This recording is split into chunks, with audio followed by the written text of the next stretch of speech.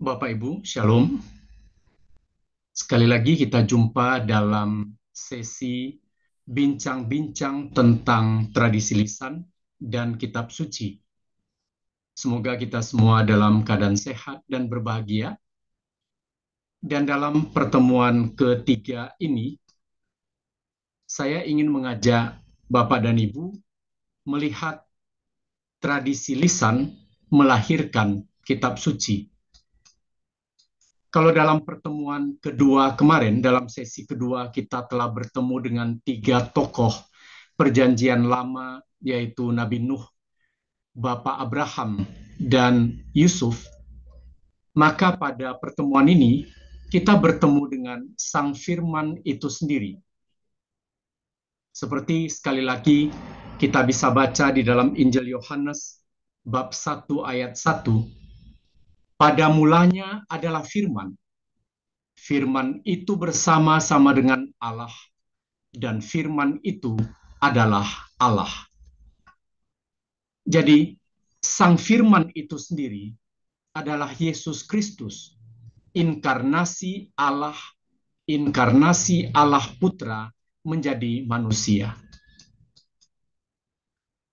Kemudian setelah kita bertemu dengan Yesus dan terus-menerus bertemu dengan Dia, kita akan bertemu dengan gerejanya. Karena kedatangan kehadiran Kristus di dunia ini membentuk gereja, yaitu persekutuan umat beriman, persekutuan orang-orang yang percaya kepada Yesus, yang beriman kepadanya. Dan kepada persekutuan umat beriman ini, kepada gereja ini, Tuhan Yesus memberikan tugas. Tugas apa? Tugas untuk memberi kesaksian tentang kasih Allah yang disampaikan melalui pengorbanan Tuhan Yesus, sehingga ia duduk di sebelah kanan Allah Bapa yang Maha Kuasa. Dan kesaksian tentang kasih Allah itu kita tebarkan, kita sebarkan, kita taburkan, kita wartakan melalui dan di dalam Yesus. Maka kesaksian ini pada mulanya, pada awal-awal gereja, dilakukan secara lisan oleh saudara-saudari terkasih kita dalam gereja perdana. Jadi dari mulut ke telinga disampaikan secara lisan. Karena pada waktu itu belum ada sabda Allah yang tertulis. Bahkan puluhan tahun umat perdana, gereja perdana hidup dengan firman yang disampaikan secara lisan.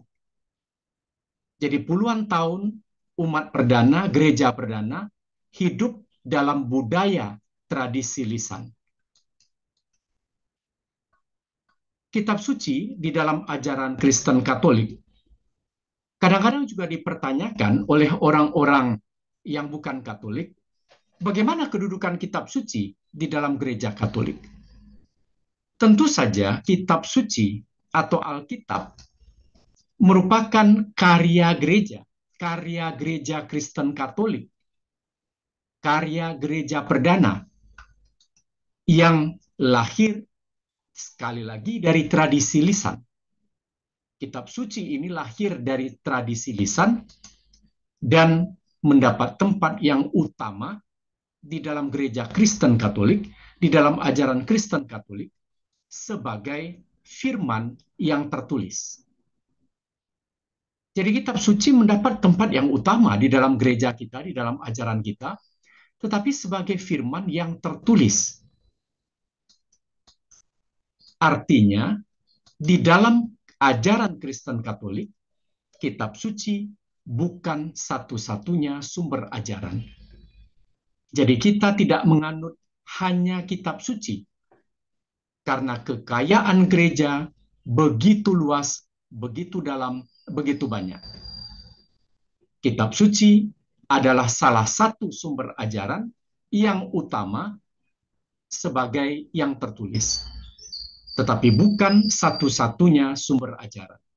Jadi kita tidak menganut sola scriptura, hanya kitab suci.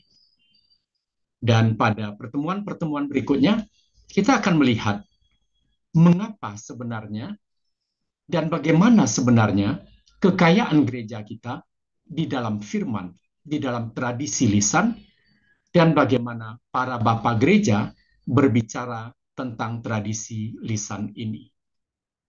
Sekali lagi, ini adalah buku-buku saya, dan apabila Bapak dan Ibu berkenan, berminat, silakan hubungi nomor HP saya. Terima kasih dan shalom.